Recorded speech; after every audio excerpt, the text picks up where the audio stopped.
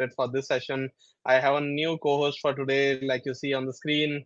Abhay, welcome to Mosaic. This is your first session that you're hosting, but all Yes. of us have been working so hard behind the scenes in the last few weeks. How has your experience been at Mosaic? What are you looking forward to?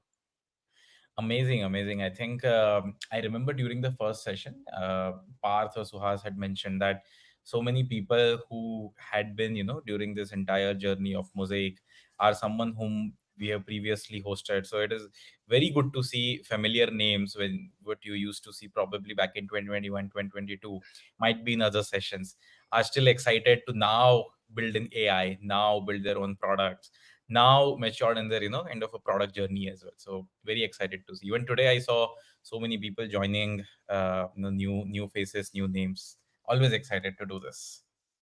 Absolutely. And the best part about this buildathon or this experience for all of us is that a lot of you are working professionals in the industry with a couple of years of experience joining in, right? So it's always great to see people who have been at it but still have equal enthusiasm to kickstart something new, to get their hands dirty, to build new products, right? So always excited to see everyone joining in for all our initiatives. Before we move forward, huge shout out to all our partners. These are names which are literally at the frontier of the AI space. You'll see folks like 11 Labs, Lovable, CodeRabbit, Rocket, ScaleKit, Windsurf, many names. We have speakers from literally the best places globally to come and teach you, and not just teach you, but help you build better products, right? How many of you attended the last session? Just give me an emoji. Just give me a thumbs up emoji. Give me a smiley on the screen. Amazing, all of you. Many of you joined in the last session, and it was an eye-opening session for me. Someone who has product at Gemini, literally a product used by hundreds of millions of users across the world. He literally shared all his thoughts out loud on how they build products, how one should go about building products, right? So we have more speakers coming, just like Madhu. We have someone very exciting coming up today. All of you, I don't need to introduce or talk to you about OpenAI. All of you probably have been customers or users in several years now, but like you see on the screen, we have gathered the best people in the world to come and mentor you, right? So make the most of these sessions. As usual, these are live sessions, even though we keep the recording for a fair bit because these are sessions that happen in a slightly different time zone. Most speakers who are joining us for the Buildathon are from the US. So these are late IST hours. We understand that. So that's why we keep the recordings up on our YouTube for a little bit. But make sure that you join in live as much as possible. That's where you get the real value. It is almost unimaginable to get people who are part of OpenAI, who are part of Gemini, who are part of Lovable, 11 Labs, etc. All of these people and share the stage with them, right? Get access to them, ask questions live, and get answers from them, right? So do make sure that you join in live as always. And like I keep sharing in every session, this is not a learning cohort. This is a hands-on build-a-thon, right? Abhay, do you want to share about the Buildathon experience? We have been doing a lot of interesting stuff behind the scenes. Do you want to talk a little bit about this? Yeah, absolutely. So one thing that is different, and it should be at least with the AI buildathon, is the entire building part, right? These sessions are just to help you to get started in your building journey, right? This is not the end, right? We are primarily doing these sessions so you can learn a few bits of it, and you can learn from industry experts, right? People from OpenAI, Google, Rocket, and all of those folks are joining, so you can learn from them. But end goal here is that you build your own product. I was chatting with someone on Slack, and I mentioned that, if you are probably not able to find ideas, right, then maybe simply just start with as small as building your own to-do list app, right? Right now it is one prompt, one shot, buildable across all of these platforms that we are providing. Second, use these platforms, right? I mean, so many of these platforms are giving free credits, discounts, coupons for 1 month, 3 months, all of that. So most of you should be able to use those credits and coupons to do this, right? This is primarily so that people can actually build products. They have access to top tier tools as well, which are globally renowned, where globally most of the people are building their products right now across companies. So yeah. Absolutely. And we have a lot of exciting tracks for Yes. you. Where do you want to talk about this? Yeah. So, more than, $50,000 in, prizes across gadgets, cash, and credits. Four different tracks where you can build on. We have voice AI as a track one, vibe coding is track two, AI agents and workflows as track three, and AI evals and observability, which is track four. If you have any questions, specific to any of these tracks, or not able to understand which track to pick from, you can just go to Slack, raise a question to me, Adis, Saurabh, Samay, all of us are there. You can just raise the questions and ask. If you have any other questions where you're not able to understand where to start from, what to do, again, ask, right? Idea here is that we are here to give you the platform so you can eventually build, right? It's a very small 2 weeks platform, hacker buildathon that we have started, and almost 1 week has already passed. So in case you have not started, this is really really a good time where you start, maybe work on an idea a little bit for next 2 to 3 days, and then ship your products. By the way, how many of you have signed up on Devfolio? Can you give me a thumbs up? We are almost 1 week in, so I definitely expect all of you to be a part of Devfolio because that's how you get to participate in the buildathon, right? Yeah. Yeah. If you're not part of Devfolio, please do it right away. That's literally the precursor to be a part of this, and that's where you get all the access, but that's also where you get access to all the credits, all the information. And yeah, I see some questions for you. Awesome. So I think we are good here. Another thing that I wanted to check with was what track are you most excited about? What track are you building on? If you can drop a name in the chat, I just want to see where the interest lies. What track are you? Vibe Yeah. coding, amazing. Voice AI. I'm personally excited about voice AI. Been dabbling a lot with 11 Labs and other voice agents, AI agents, conversational products, conversational AI. Amazing. Vibe coding is an open track, folks. So if you are obviously if you have an idea which doesn't fit into any track, please use vibe coding as a track to be able to uh, build your products. The best part is that it's all diverse. Great to see all of you building across tracks. This is what you wanted, and this is great. I see a lot of traction for AI evals as well. Amazing, amazing, awesome. And this is a surprise for today. Every session we have something to share with you, and many of you attended the Rocket session with Rahul. Requested that you get access to Rocket much more than what their free tier offers, right? So we worked with that team. We tried getting the best deal for you. This is not available outside, and please don't share the coupon code. Outside of this, this is only for people participating in the buildathon. So if you are planning to use Rocket to build your products, use the code TPF90 off. The letter after the number after 9 is 0, and after that it's O. So make sure that you type in correctly to be able to access CPF 90 the off. credit. Correct. Yes, you'll be able to get 90% off from Rocket for the first 3 months, which makes it dirt cheap. It's an exceptional tool that can help you build products that you want. I see a lot of love for Rocket coming in. So great. I think great to see all of you happy So all about of this. all of this is should be available and accessible directly from Devfolio in case you are facing the challenge. So do join Devfolio. So across all the platforms and all the credits and how to avail, you will be able to find it. Yeah. Absolutely. So I'll just pause on this for 5 more seconds so that you're able to take the code. But yeah, I see some questions. Don't worry, we'll take some questions towards the end. And this is the next thing that I want to know, right? What problem statements are you working on in the buildathon?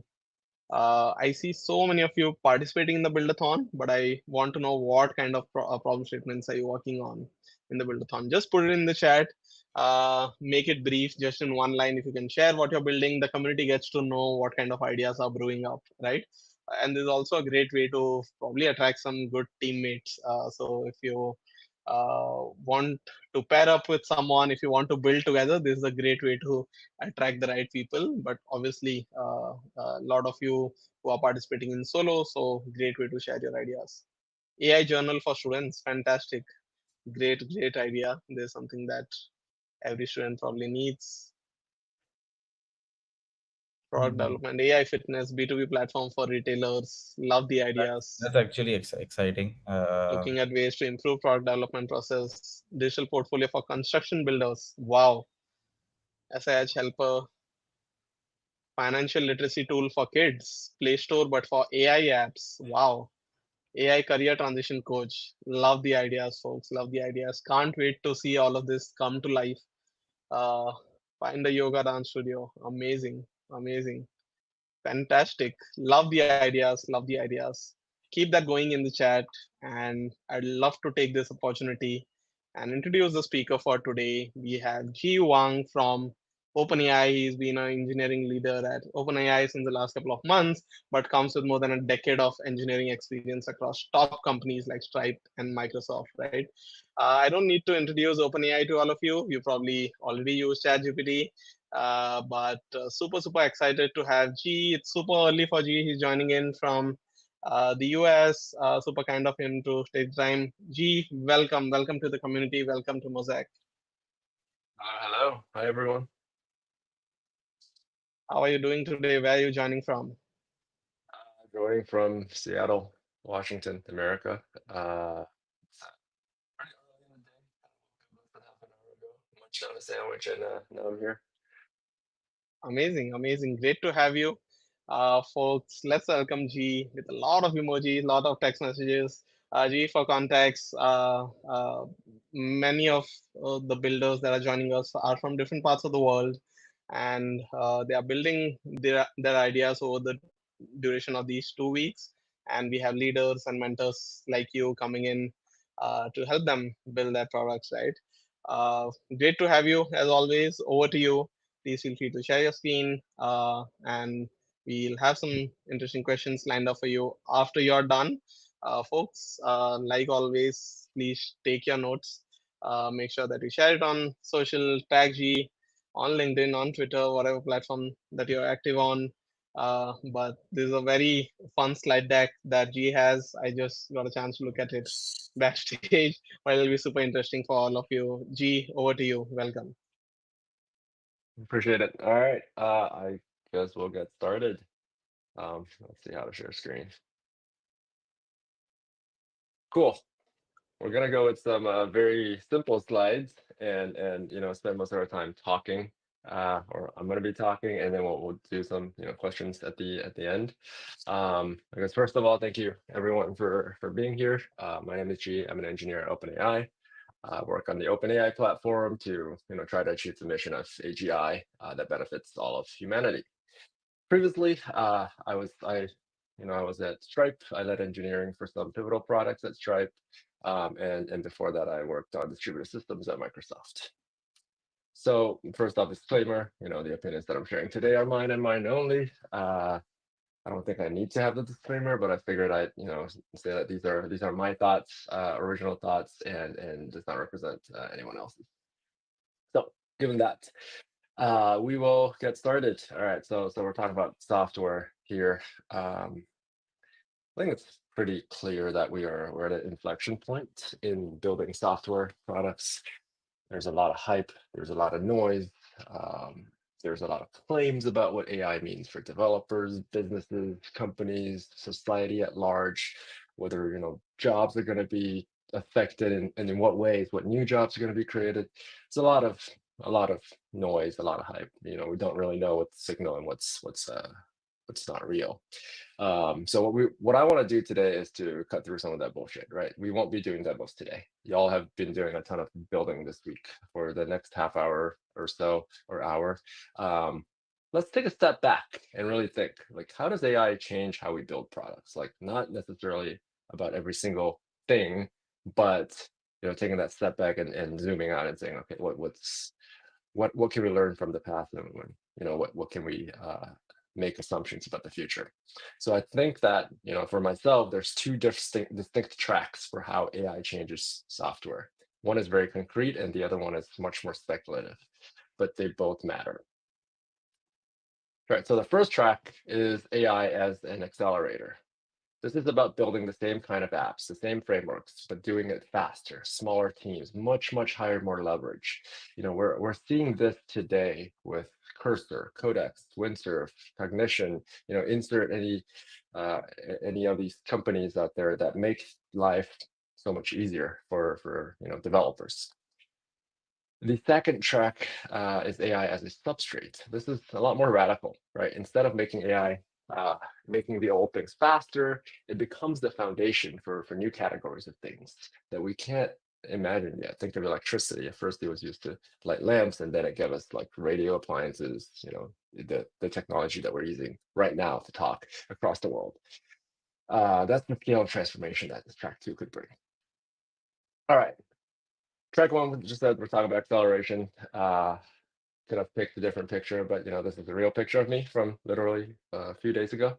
I just got my motorcycling permit last Saturday, like not 3 days ago, but like the week before. And so what that means is I can now legally ride a motorcycle on the streets of Washington. So I bought a used Ninja 500. This is much stronger than the bike that you learn with in class. And so you accelerate, things go vroom. It's great. All right, so let's get back to acceleration. If we want to understand AI as an accelerator, and we think about how it's been accelerating in each generation, the technology that we've been using, we think about the history of software. Every era of software development has really been about raising the level of abstraction, right?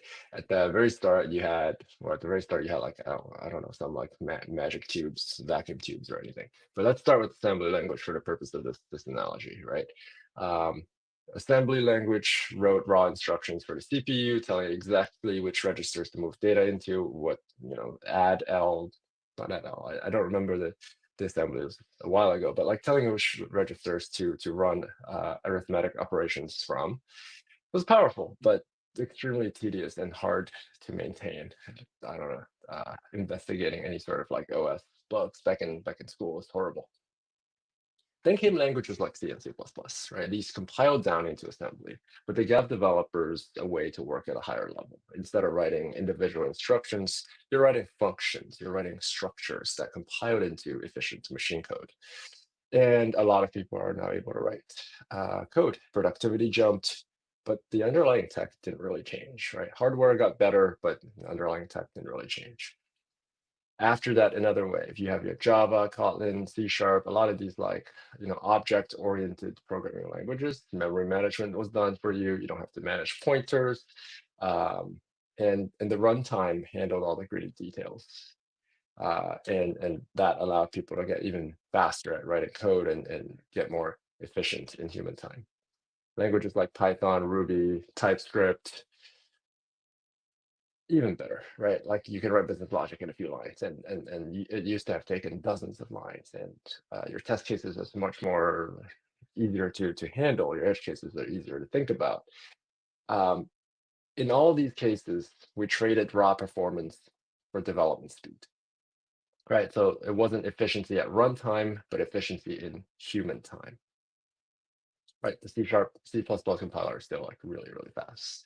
And now with the AI, we're taking the next step up the stack. Prompts are kind of the newest abstraction, right? Like you kind of described your intent in natural language, and the model compiles that into working code. The analogy isn't perfect. There's not like a one-to-one mapping here, but the effect is similar. You're operating at a much higher level of intent, and that machine translates it downwards into functioning instructions. That's why we feel so much more productive on Cursor or Codex or Claude Code. We haven't gotten smarter. I mean, I know I haven't. But simply by working at that higher level of abstraction, we feel like we're doing things faster. The machine is doing a lot more of the heavy lifting. Just like moving from C to Python, and from Python to, OpenAI, something GPT-5. And so AI accelerators are the next rung on this ladder. It's never perfect. New things are never perfect, right? Like I have complaints about Python, I have complaints about C#. Every single layer that came across, I have complaints about it. First-rate codecs still frustrate me to death sometimes, but I already can't imagine life without them. Now here's the interesting part. There's no words on this slide, but this is apparently bedrock, right? This is the foundations of like layer on layer on Earth. Even though we've kept climbing up the ladder of abstraction, what we've noticed is that the bedrock layers haven't really gone away, right? Assembly is still assembly. The x86 instruction is still with us today, decades later. Like, yes, there are some improvements, but x86 still exists. C++ still exists. In fact, much of our operating systems and high performance systems still depend on it. We look at if I'm not wrong, Android is written in C++, right? That's what's allowing Java apps to be built or Kotlin apps to be built for mobile. Chromium is written in C++. That's allowing React, TypeScript, and all that magic to run. And this is some of the most common software that we use today. So what we notice is like once the layer becomes foundational, it tends to stick. So I don't think Python's going anywhere soon. React is not going anywhere. They've reached critical mass. There are problems with them, but they're everywhere. And most importantly, AI is trained on these languages, on these frameworks, right? An AI model like GPT isn't inventing new frameworks out of thin air. It's pattern matching on the code that it's seen. It's learning good code and being like, this is how I should be writing code. And so the overwhelming majority of open source repos are in these common languages. AI knows these languages. It's going to default to these languages, default to the stacks that we already have. Just like C++ is on assembly. It's very hard to change the layer below. So unless something delivers a true step function in performance or efficiency, not just a marginal gain, but maybe 10 times faster, 10 times cheaper, this old bedrock will remain. I think the closest we've seen is kind of like in terms of programming languages, I feel like might be Rust, right? Like it's getting popular. It's a lot faster. It's better, but it still hasn't really hit critical mass, and I don't know if it ever will. All right, so this is the gravity of ecosystem lock-in. AI simply amplifies it. So now we think about track one is AI accelerates it upwards, but the floor doesn't really move easily. We'll be building on the same technologies like React, Python, TypeScript for years to come. AI is making it faster, easier, and more productive to use those tools. It raises our ceiling, but it doesn't lower the floor. All right, so what happens in practice? Project that needed 10 engineers may need 3, or a 6-month project might take only 6 weeks, or you can get to prototype in an afternoon. You can vibe code. Junior developer with a co-pilot can perform like a mid-senior level engineer. A good way to think about LLMs writing code is like managing a team of interns. These interns are very capable nowadays, and you could have done the work yourself, but the interns did it, and you verified it. And here's the catch, right? If things go wrong, your ass is still the one on the line, not the interns. Another catch, faster junk means more junk is created. So we can generate code faster, so much faster now, like 10 times faster, 100 times faster. But your ideas still need to be good. You still need to be able to build the right product, and you still need to be able to test, debug, and maintain your code base. Right, we're approaching the place that AI is great at building software, but it's not that great at architecting software. So if you are disciplined, AI can help you create technical depth at record pace. Track one is about leverage, more output, much faster, but with the classic responsibilities of engineering. Your core fundamentals don't change. All right, now let's talk about deployment. Traditional software was deterministic. You wrote unit tests, integration tests, end-to-end tests. You do all the tests that you can do. Inputs were very structured. Outputs were predictable. 1 + 1 is always equals 2. You got to pass fail every single time. With AI, this model breaks down. LLMs are non-deterministic. You send the same thing over, it comes back different every single time. Kind of like how humans are non-deterministic, right? I might be a self-proclaimed math genius. I'm not, but I can proclaim myself to be. But I can do basic, fifth grade math. Probably get 100%, 90% of the time, but I can still make a careless mistake. I will make mistakes. LLMs are the exact same thing. They can sometimes make mistakes for things that they're supposed to know. And for complex use cases, very often there's no single ground truth answer anyways, right? Or not even complex, just like open-ended use cases. So we got to test them differently. We run evaluations, right? So here, we're going with a lot of pictures in our slides, but here's a picture of a middle school argumentative writing rubric, right? It talks about, how to get 4, clear claim with reasons, explanation, conclusion. Are you hitting the right spots for your assignment? Grading is kind of similar. For these open-ended cases, it's really the same. We measure quality across the distribution of possible answers, and we grade them, right? Sometimes that means a human grader. A human comes in and says like, how is this response? And I don't know if we're ever going to get rid of that, but increasingly it means another LLM acting as the grader. Common use cases, you might use a smaller model and use a large model to grade it. And that way when you deploy the smaller model, it's a lot cheaper, right? So we're using models that think like humans to grade models that think like humans. Now, this is a totally new layer of deployment, right? It's messy. Your inputs aren't neat API calls anymore. They're text, images, messy user scenarios, which also means your test coverage is fuzzier, but it's just as important. So deployment kind of looks like a triangle. You start with what you want to do, you run your evals on it, you ship, you collect data for production, real, messy user data. Obviously, you authenticate some of the data, but the point is figure out like what the inputs are, and now you feed those back into your prompt, into your evals. You refine the prompt, and you keep repeating. You do this in a continuous loop. You have prompt, evals, data, prompt, data, evals, data, great. And you keep going and you keep improving your model, your deployment. And as the model improves, you also would run the same thing until you're confident that what you're trying to deploy is the right thing for your users, right? And you just keep observing production. So this is all track 1. We're going really fast. We're doing great things. All right, now on to track 2. This is nebulous, amorphous. This is the tesseract. According to the MCU, the tesseract, also called the cube, was a crystalline cube-shaped containment vessel for the space stone, one of the 6 infinity stones that predate the universe and possess unlimited energy. Okay, but that's not what we're talking about here. I'm talking about this 4-dimension cube. We have a point, a line, a cube, and a tesseract, which is the 4-dimensional cube.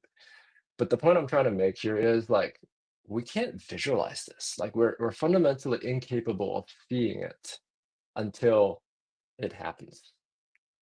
This one we can't visualize. All right. How many of y'all have seen one of these before? It's kind of like a command line, but it has no windows, no nothing. Apparently this is like DOS, MS-DOS before window managers were a thing. Today, most AI interaction is chat. You type something in, you get something back.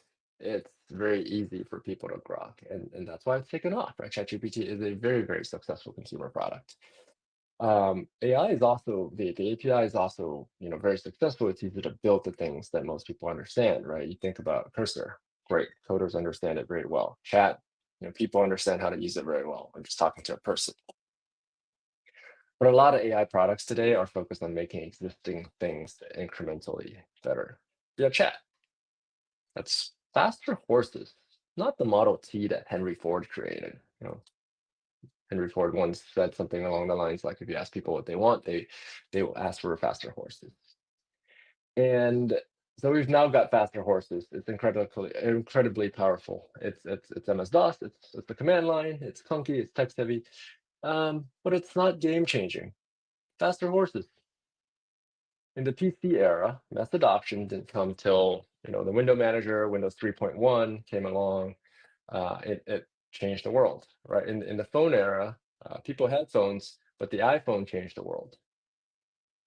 The question is, what is that for AI? We know the potential is there, but what is the interface that will unlock mass adoption beyond just basic chat? Right. So let's think about it. Chat is MS-DOS. We don't know. We honestly don't know what the answer is, but we're seeing some early signals. One signal is agents, right? Imagining giving a high-level intent. Book me a trip to New York next week. Balancing the price and flight times. Here's how much money you're allowed to spend, and make sure that I can get lunch before going to the airport. Right? The agent goes off, calls APIs, and figures out what to do, compares all the results, and executes a plan. It might tell you, hey, this is a horrible idea. Don't travel on Christmas to Paris. It's really expensive. Or it might say, hey, I found you a great deal. You can use your points. I'm going to go do it. It's kind of macros on steroids. Instead of you clicking through all the websites, the agent does it. It's powerful. Right now, we're not really there yet. So most agents are we're getting there, but most agents are kind of brittle, right?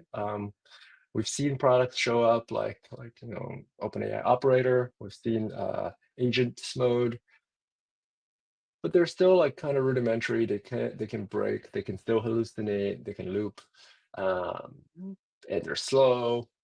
But it's getting faster, right? The concept is really, really promising, and I think we're getting there. I think this is one of the best, most likely candidates for how AI can change the world. The second signal here is multimodality. Today, chat is a lot of text, but it's separated from images, audio, and video. But humans don't think that way. We naturally blend all these modalities. We point. I'm going to point at y'all. We talk, we sketch, we show, all at the same time. AI systems are starting to do that too, right? Maybe snap a picture of your fridge, asking, what can I cook with this? And then saying, make me a shopping list, keep it under $30, which is great. I think I've seen some ads of like Gemini doing this as they're trying to sell their Pixel phones. But it's like, this is multimodal, right? Like it's closer to how we interact with the world. And so there's a chance of this like being the way to interact with AI. A third signal here that we're seeing is embodiment, right? We just talked about the Gemini phone, but what if we can move off the phone into physical systems? We're seeing robots play soccer. We're seeing some of the wearables that's existed for a bit. We're seeing some companies buy other companies to build devices, right? Yeah, we don't know what's here. We'll have to see what devices people come up with that can really blend AI into these devices. There's a lot of challenges probably, right? Like battery life, throughput, and so on. But the use case is the most pressing one. How do you put AI into a device that make people use it and can't live without because of how much value it adds? So none of these are. All of these are great potential areas, directions to go, and we're going in all of those directions. But they're not really like the Windows 3.1 moment yet. They're not the iPhone moment. They're fascinating, influential, but they're not mainstream. Yeah, but it's what could be, and when it arrives, adoption will explode, and we will know the answer to AI. All right. We're talking about a lot of uncertainty here. We don't know the killer app. We don't know the user interface, but we do know this, right? When the substrate shifts, history changes. Whoever defines this interface for AI will define the next era of computing, and therefore the next era of products. So let that sink in for a second, right? Like we're building a lot of products. That's great. But what is the next foundational layer? What is the substrate? We don't know. We can try to go build it, or we can wait and see. Before any of that can really happen, we also have to think about like, okay, what can break, right? A lot of things can go wrong if we build on AI, a non-deterministic system as our foundational platform. So we should be careful of those things. If we jump straight in, we're going to run into a lot of problems. We're going to have a great time dealing with mostly security issues. So 3 points. One, Prompt injection. We're seeing a lot of that already. It's code. In traditional software, we've seen SQL injection. That was horrible. You can drop a table, you can steal data, you can run unintended things by a malicious hacker. Lots of breaches. Look up the past 30 years, you will see a lot of companies suffer this way. Prompt injection is the AI version of this, right? You embed hidden instructions into text, documents, web pages, you embed it anywhere. And as long as the model ingests that content, oops, unless it can detect it, there's not that much you can do, right? An email that looks harmless can contain a hidden text saying, ignore all of your previous instructions. And you might not even see it because it's not public, but the model will see it, right? It's very subtle. It's not compiled code, it's text. You can, the model sees things that humans don't see. We will have to use technology to handle this. And we'll have to see how far we can get in terms of this security model. We treat it very seriously here. And so the second issue is access and permissions. Prompt injections cannot do damage if your model has zero access, right? Someone gets access to your ChatGPT account, leaves a few stupid messages, great. You might have things in memory, but not really any harm done. You can delete the stuff if you notice it. It's fine for the most part. But one of the superpowers of AI systems is that you can operate across multiple things, right? They can read your email, check your calendar, draft a document all in one go, and then boom, everything goes really great. That's powerful, but it also blurs the boundaries between these apps, right? Previously, every single app can talk to itself, interacts with a human. But if AI is that system that's mimicking a human, it can now go many different places, and it has a lot of permissions. And the permissions aren't that clear. When you go into an app and you say, I give access to blah, you give access to blah. Now you say, I give access to the AI. What does that secretly mean you give access to? You no longer have real sandboxing, no real role-based access, or a clear separation of duties, unless we built them, right? But it all gets a little bit fuzzy. Into the model, all of the text looks the same, all of the input looks the same. It's very hard for you to know what's malicious and what's not. So as AI gets more autonomy, it can pay things for you, book meetings for you, file documents for you. The line between user instruction and attacker instruction becomes very, very small. So then trust becomes very fragile. You need to be able to trust that AI is on your side, that it's not going to have security concerns. So that's a lot of what we need to think about in the next years.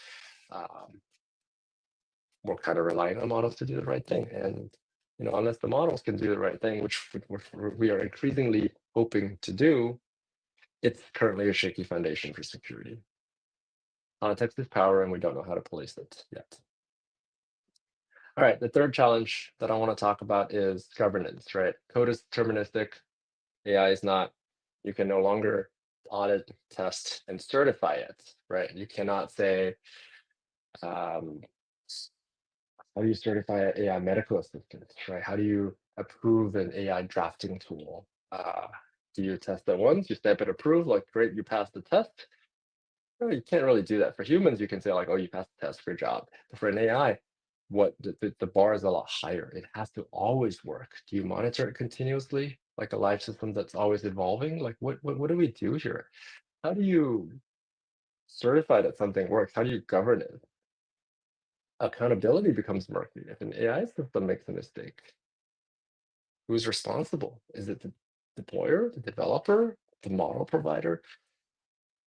There's some takes on this that we can get into, right? But we don't have clear answers yet, and I don't think anyone should be giving a strong opinion here that's strongly held, because we just don't know the answers yet. But what we do know is that as AI becomes the substrate, we are going to need these new governance frameworks. Traditional audit and compliance don't match cleanly anymore. We're gonna need continuous monitoring, continuous evals, continuous oversight.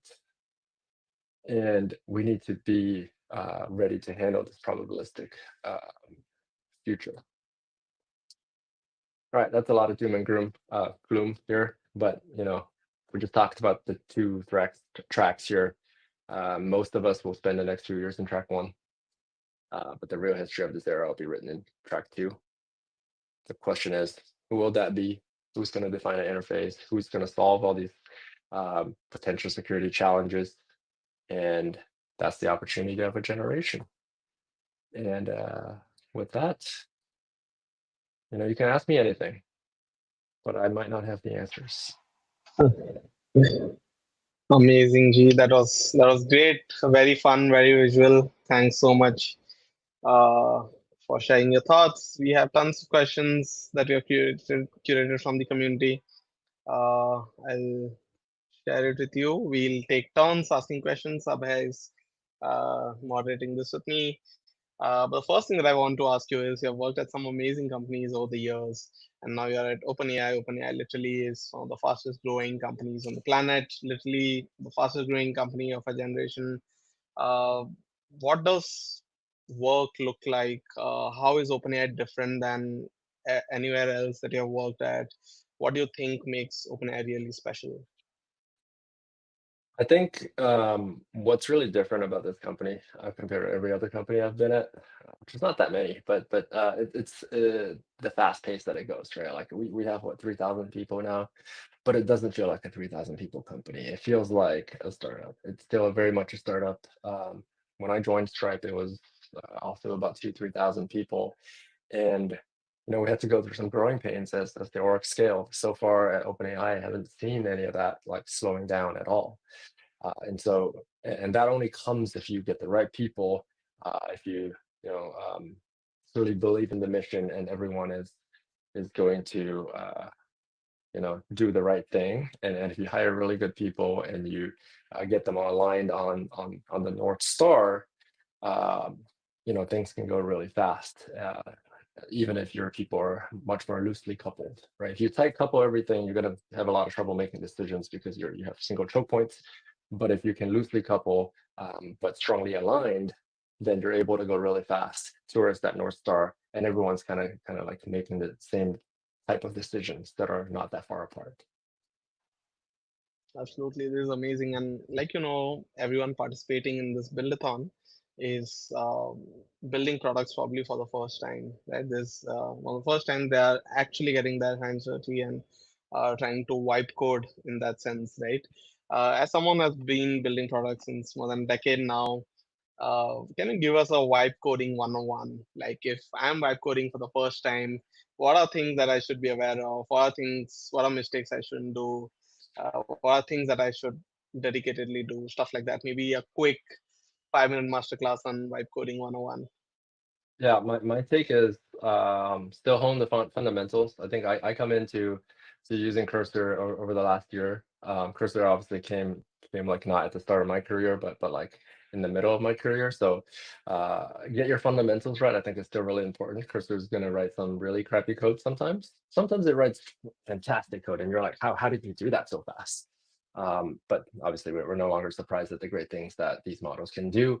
But sometimes it's going to write crap, right? And you have to be there to say like, hold on, this is architecturally not sound, right? AI is really good at just generating code, but it's still not great at architecture. It's not great at product taste, right? You have to give it that backing information. You have to be that backing brain that says, hey, this is what I want to build. This is how I want to build it. This is the you can give it a direction, and it can go really far, but you have to set the direction. In terms of some common pitfalls that you have seen people make, any common mistakes to avoid? I think it really depends on the model. If you think about like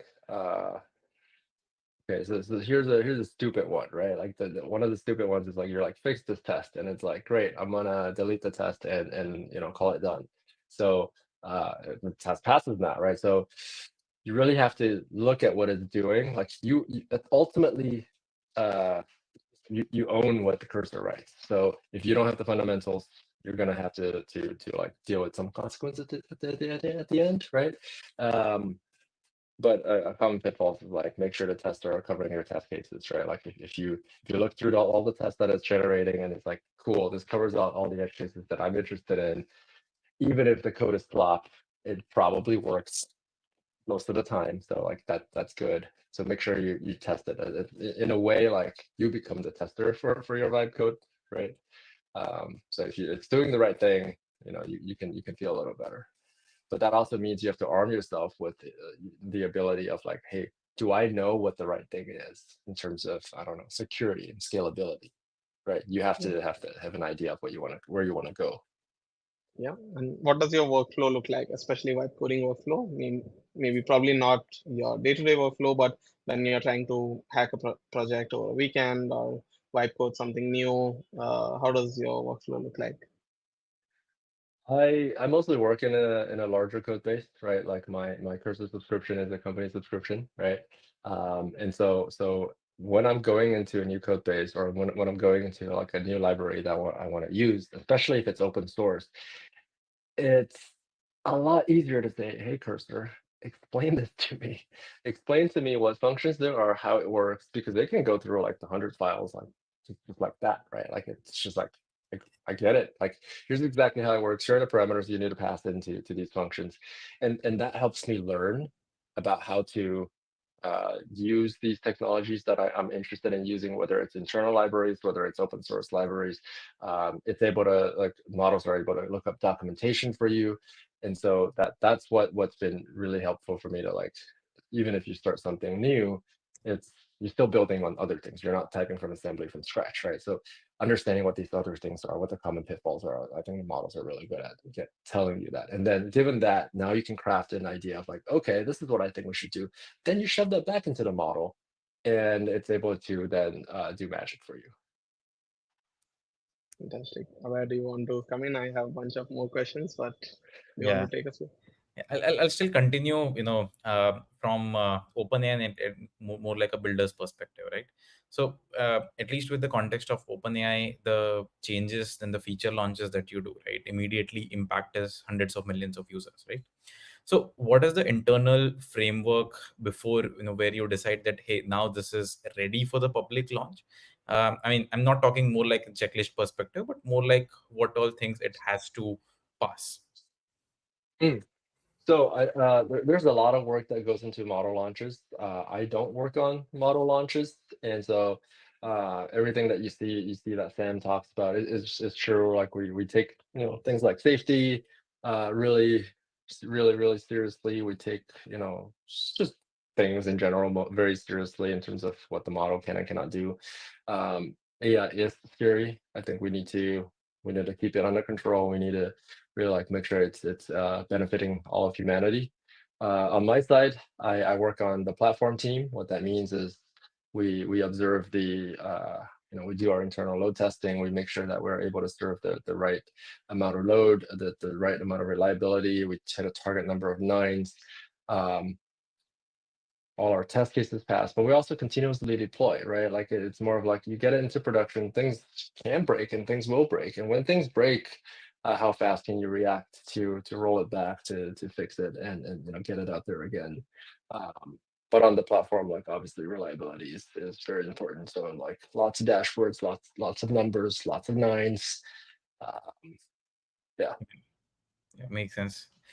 Another question that I had is again, more from the builder's perspective, right? If you're building or working on something and you have all of this AI tools, which you can just use, right? I mean, it's always in your mind that, why don't I just do AI with it? This kind of loses certain sense of originality in general, which Mm. most of the people who work in adjacent of AI, or let's say have AI interns or agents per se, fear that, right? I mean, at what point I lose my originality and I just become, another person. How do you not do it, right? I mean, for example, if I'm a builder, if I'm an engineer, right, what all things do I tell AI and what all things do not tell AI and try to solve it or think it myself? Yeah, I think you can tell AI. Well, you can bounce ideas off of the AI anytime you want, right? I think the over time writing code or typing it out, it's gonna turn into like a commodity. That's my current take, right? Like if you're learning and like coding, you still need to learn, as I said, like you still need to have the right fundamentals. but like typing speed doesn't matter that much, right? Anymore. Before you're like, I need to learn how to type at 140 words per minute. Like, no, you don't. You didn't need 140 words per minute. Maybe you need 70, right? I think it's much more important now to say like, okay, am I doing the right thing? What am I building and why am I building? The how, the AI is going to slowly take more and more of that. But what to build and why to build is now that higher level question. And so you got to have a clear sense. This is the direction I'm going, and this is how I'm going to get there. And the AI can be the car that you ride in. Got it. Absolutely. I'll just ask a quick follow-up based on what you mentioned, G. You said that the what and why is something that we need to figure out, but the how will probably be taken care of by the AI.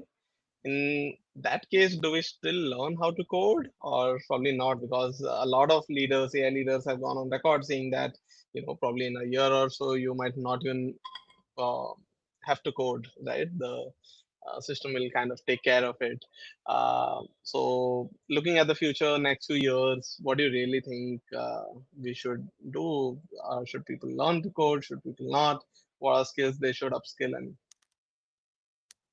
I think until this is my hot take. Obviously, everything here is my hot takes, but like my take is like until it's clear you don't need it, go learn it, right? Like until it's clear that you don't need to understand what happens, because like for example, right, AI debugging or live production monitoring, like live site engineering is not great yet, right? You can get this into production. Things are crashing left and right. What are you going to do? You're going to panic, right? And if you're building and you're selling products, and you need to be able to keep that thing up. And so again, I think you need to know how it's built, but I think the leverage is going to decrease. I agree with that. But I think until something fundamentally changes, like it's still a good skill and information to have. That way, when things go wrong, you can take back control. It's kind of like AI self-driving cars, right? It's like, okay, self-driving cars are coming. Do I still need to learn how to drive? It's like, yeah, Tesla can do a great job at what, level 2, level 3 or something, whatever they're called. It's nowhere close to level 5. And maybe Waymo is, but like, is that going to be ready for general public? Not yet. So we still need to know how to drive and take over when the Tesla decides to run a red light. Makes sense. And we hosted the head of product at Gemini over the weekend. And one of the things that he mentioned was knowing how to do evals is probably one of the most critical skills Yes. that every product builder needs to learn, right? Yes. Stretching it a little forward from there, what are some other essential skills that you think will be super relevant in the next few years? We know that evals obviously is super critical. Anything else that comes to mind? Most people here who are attending are people who are probably few years in their working life. They have been working for a couple of years, but are now Mhm. curious. How do they upskill? How do they make sense of what's happening in the AI world? So, any words of advice around that? Yeah, first of all, agreed on evals being really important. Evals are kind of like test cases, right? Like they're the test cases of the AI world. And writing good evals is really about writing a good product requirement stock, if you squint a little, right? That's kind of what it is. And so as with, I don't think the fundamentals of building product and engineering really changes, right? Like in terms of you need good ideas, right? Like this is what I'm going to build. You need good execution. This is, I built a great thing. The right user interface is there, and you need to make sure that you're doing what it does, which is where evals come in, right? So ability to write prompts are going to be, I think, important. There's a lot of stuff that we can do in terms of auto optimizing prompts. We just launched something for optimizing your prompts, for in at OpenAI. So check that out too. But even that is like incomplete, right? Like anytime you're generating things out of thin air, there is a loss of context, right? Like the model is going to make some assumptions of, hey, this is what you want to do, right? Not necessarily exactly what you want to do. So you got to go in and see like, okay, how am I going to prompt? If you look at, I think Anthropic published like, here's how you prompt the 7 different steps of prompting. It's like, it's a lot of work. And so the model can take care of that, a lot of that for you, but you got to go in and be like, okay, does it actually do what I want it to do, right? It all comes down to, how do I get the model to do what I want it to do? Prompt is the input, and evals is testing the output, right? And it kind of goes like, and the data for the input is the other vector. This is the triangle of deployment, right? So if you have all three and you continuously monitor that and continuously get better at that, then your product will continue to perform well. Makes sense. One more question and then I'll let Abhay come in. So this is a two-sided question. A lot of our community members are product builders. Many of them are product managers. Some of them are developers. Some of them are founders as well. But mainly people who are involved with product building, right? How can PMs work better with engineers, and how can engineers work better with PMs? Any thoughts from both sides? We see this constant tussle in literally every company where PMs are trying their best to work with engineers. Engineers are trying their best to work with PMs. PMs think uh, that obviously they know the better of it. Engineers think that they know how to build good products as well. So there's a constant tussle. What are your thoughts on both sides? How do each of them work better with each other? And yeah, that makes that's always the question, right? Like, I think PMs need to get more towards engineering, and engineers need to get more towards product, basically, right? Like, um, I myself am a very product engineer, so I focus a lot on the user experience, not necessarily the UI, but the interaction model and like what to build and why we're building it. Like the why really matters to me. I don't want to build something that I don't believe in. Um, and you know, product also needs to realize like, okay, there are limitations on how things are. There's laws of physics, right? So I've always thought about product being, okay, here's the user requirements, and then engineering also uh, telling us like, okay, here's the physics, here's the infrastructure limitations. And as you go up the stack from engineering into product, and product goes down to engineering, you start seeing that you're able to talk to each other more in terms of sharing the same language. And the real question is, how do you find that overlap between product requirements? Here's what exactly we need to build. Here's how, like, what the users want, with does the infrastructure make it possible? And if there is an overlap, there's not really a problem. And when I say like, does the infrastructure make it possible, I also mean timelines, right? Like the product is like, hey, get this done in 2 weeks. And engineers like, no, man, I got to write an entire database for this. Like it's going to take 2 years. And that's obviously not a good overlap. But if there is an overlap, then that overlap is what you can and should build. Perfect. Do you want to take the next one? Yeah. So, so many people who are using AI tools, I think, face this one challenge is how to go past, let's say, the hallucination part of the AI, right? You provide context, you give all the informations, but even after that, you see maybe after 4 or 5 responses or 4 or 5 replies, those lines cursor somehow adds it themselves, which is not required. ChatGPT will give you the same answer which it gave you, let's say, 10 minutes back. How do you learn, right? I mean, this is basically art of maybe how to learning how to prompt. How do you improve in this skill? There are some prompting guides out there. I actually personally haven't read that. I've mostly been doing mostly fine with just having conversations with my models. I think hallucination is a problem that a lot of these models have, right? And I think with GPT-5, I think we got it down to like something very, very small compared to O3. So this is something that I think the model providers will increasingly get better, and hopefully it stops being as much of a problem. But it also, it's like the same type of hallucinations are the same type of problem that we face every day, in the sense that like, okay, is this AI or is this not, right? Like the ability to spot nonsense, the ability to tell truth from fake news is going to be increasingly important, right? Just in everyday life. But and that's also important in our jobs, in terms of like, okay, I'm dealing with an AI, cursor's adding random lines to it, and it comes back to, this is also why we need to learn how to code, right? Like in a way, I need to be able to spot that it's generating slop. And if it's generating nonsense, then I need to go and stop it, right? Like ultimately, the accountability today still falls within the user of these models, and not the model itself. The model is not real, right? Yeah. Uh, Good. Second question that I wanted to pick was primarily on, let's say, if you were a builder or kind of a founder starting to start a company today. Two questions there: what will be your tech stack will look like? What kind of tools you will start to use?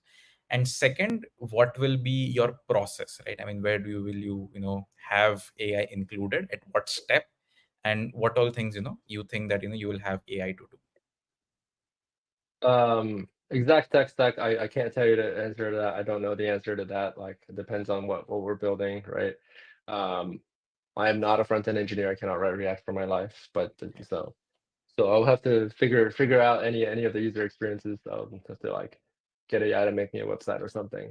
Um, in terms of where to include AI, I think it depends on the product that you're building, right? Are you using AI to build a classic product, right? Am I using AI to build, I don't know, figure out any company in the past 50 years?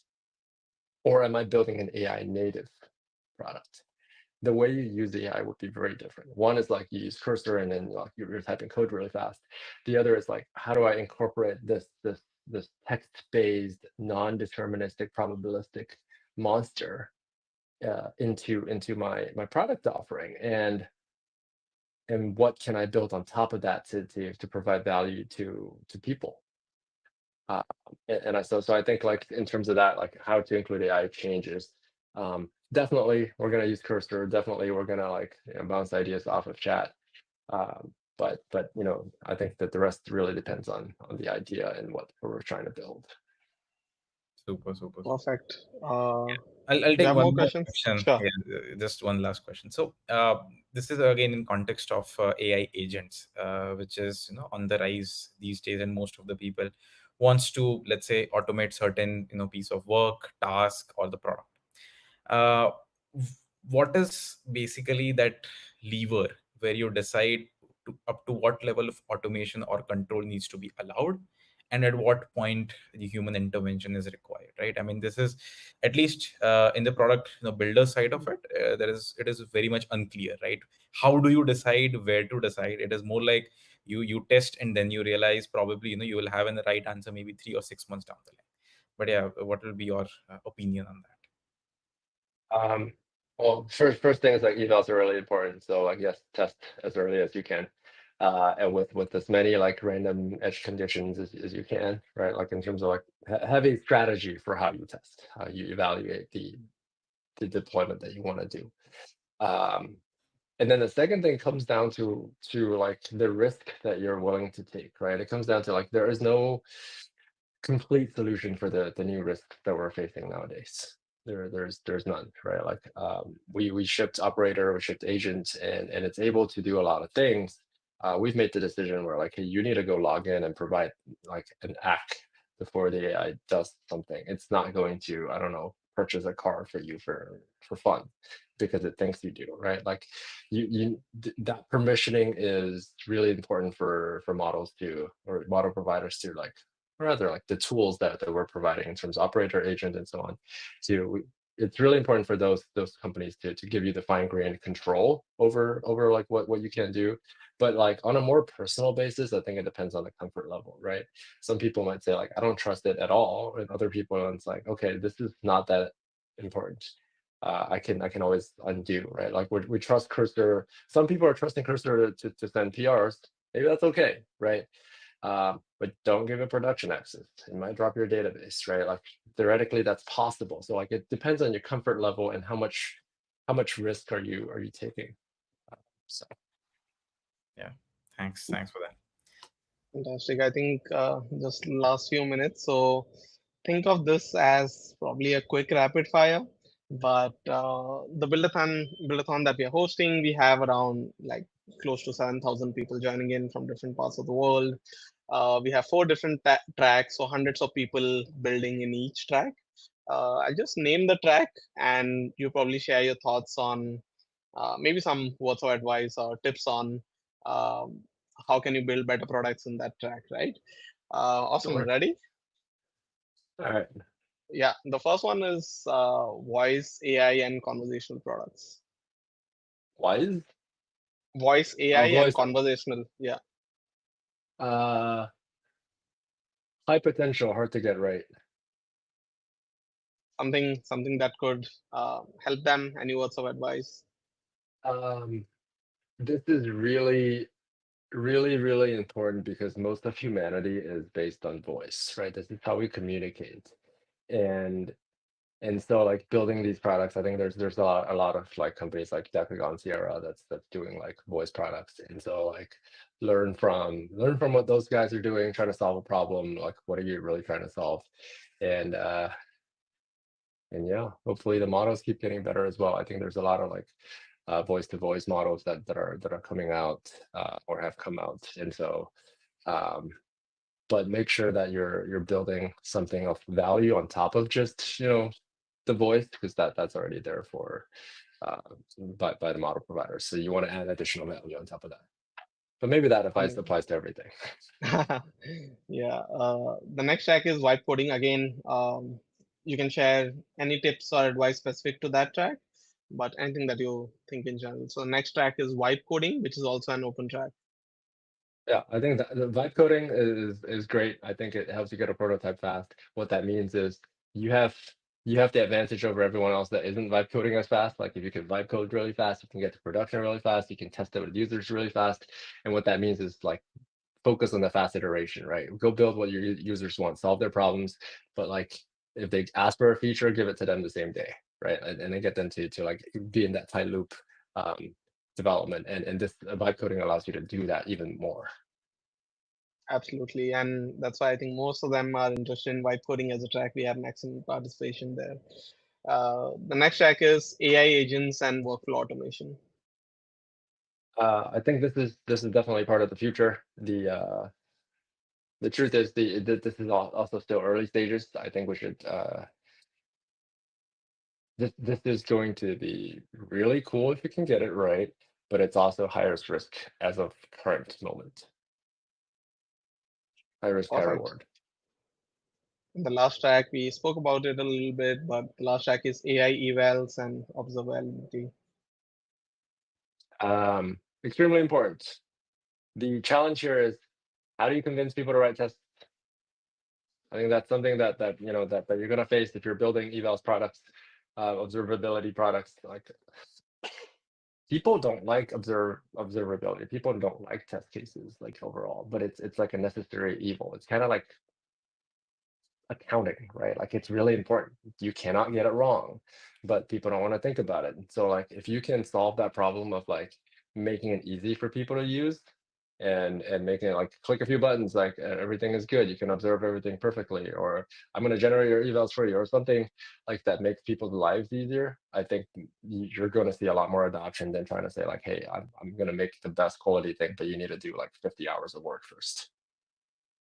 Absolutely. Perfect. That sums it up. G, thanks so much for joining us. This was amazing. Amazing slides, fantastic answers to all the questions. OpenAI is doing a lot of things in India for India. I think you folks are opening up a new office here as well.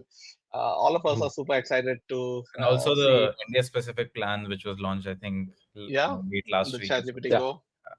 Yeah, Yes. lots of interesting stuff happening. So really rooting for all of you to build the future of AGI, build the future of humanity. But any closing thoughts from your side before we wrap this up? I mean, first of all, thank you for having me. This has been great. I hope the slides are fun, and the other things, like for everyone here, like we're not building the future. Like OpenAI is not the only people building the future. We all are. So like, let's join in the fun. Let's we're gonna need everyone to really like move things forward. So keep building, keep playing, and do great things. Fantastic. I know it's super early morning for you, so we'll not hold you for longer. But thanks again so much for your time. Really, really appreciate it and looking forward to hosting in the future. Thank you. Thank you. Thank you. All right. Yeah. Perfect. That was the session with G. I hope you really liked it. He was very candid in his responses, very honest in what he shared, and I hope you had a lot of fun like we did hosting him. I, Awesome, folks. Yeah, that's a wrap for today's session. As always, we stick around for a couple of minutes to answer your questions. So if you yeah. have Any some, question? I think G answered a little bit on overall tracks. What he prefers, what he thinks that people should be picking. But on top of it, if you have any specific questions, happy to pick and answer. And Awesome. again, as Perfect. always, I think as Aditya mentioned at the start of the session, do share your learnings. I think in the next session, we will be announcing the winners of all the previous sessions, specifically from the social challenges. And of course, all of those winners will be getting merch, extra free credits from the partners. And yeah, I'm just trying to see if there is any question. Also, I see a lot of questions in the Q&A tab, but like we were crunched for time. Yeah, There was only time for as much questions, but we tried picking the best ones. We tried uh, asking Sanyam, can you I please think I pick saw my one question from question the for the credits redemption. I think, folks, if once you join Devfolio, you will have all the information there. The information is also everything is available in the Notion. Yeah, Notion as well. Yes. So Windsurf, you get the direct credits. 11 Labs, you can avail it directly from the Notion with the specific coupon code. And for Rocket, they've given a 90% off discount code. So all three of them is available in Notion. We'll highly recommend that you go and grab those, because these coupons are not unlimited; those are limited. So maybe in a couple of sessions down the line, you might not be able to redeem one of them. So I'll highly recommend that you go and redeem it right now. absolutely. And one caveat there is you need to be on Dafolio to be able to avail this. Yeah, So make sure that you join it for the buildathon. We have about probably 10 or 12 days left for the final submission. So make sure that you use most of the upcoming weekends. If you are working professionals and if you are a student, take some time out. But put in some time, put in some effort over the next few weekends, next few days. We are trying our best to bring literally the best people in the world to come and talk to you. yeah, So make sure that you reciprocate by putting in the hard work needed to build great products, right? yeah. I don't see any questions, Yeah, but I saw a yeah, question on 11 Labs asking for CC details. I mean, you can put in the details, but you can cancel that plan. It is a mandatory step. You cannot avoid it. So you have to follow that as a simple process. I think that is true with all the AI products or US products who works on the credit card basis. absolutely. Yeah, But folks, like most of the questions that you've been asking either in the Q&A tab or here in the chat are covered in Notion. So make sure that you check it out. You have access to everything, all the details. If you're on Slack, all of us are active there. Share yeah, your questions at any time. We are here to help. But with that, wrapping it up for today's session. For the next sessions, keep an eye out again on our Notion, on Slack, on your emails. If you see any email landing in spam, move it to the primary folder. But all the information will be sent to you well in advance. Make sure that you show up, take a lot of notes, share it with everyone. But more than anything else, build great products, right? That's what we are here for. And yes, we will see you around in the next one. Thank you so much for joining this. Thank you. thanks folks, bye.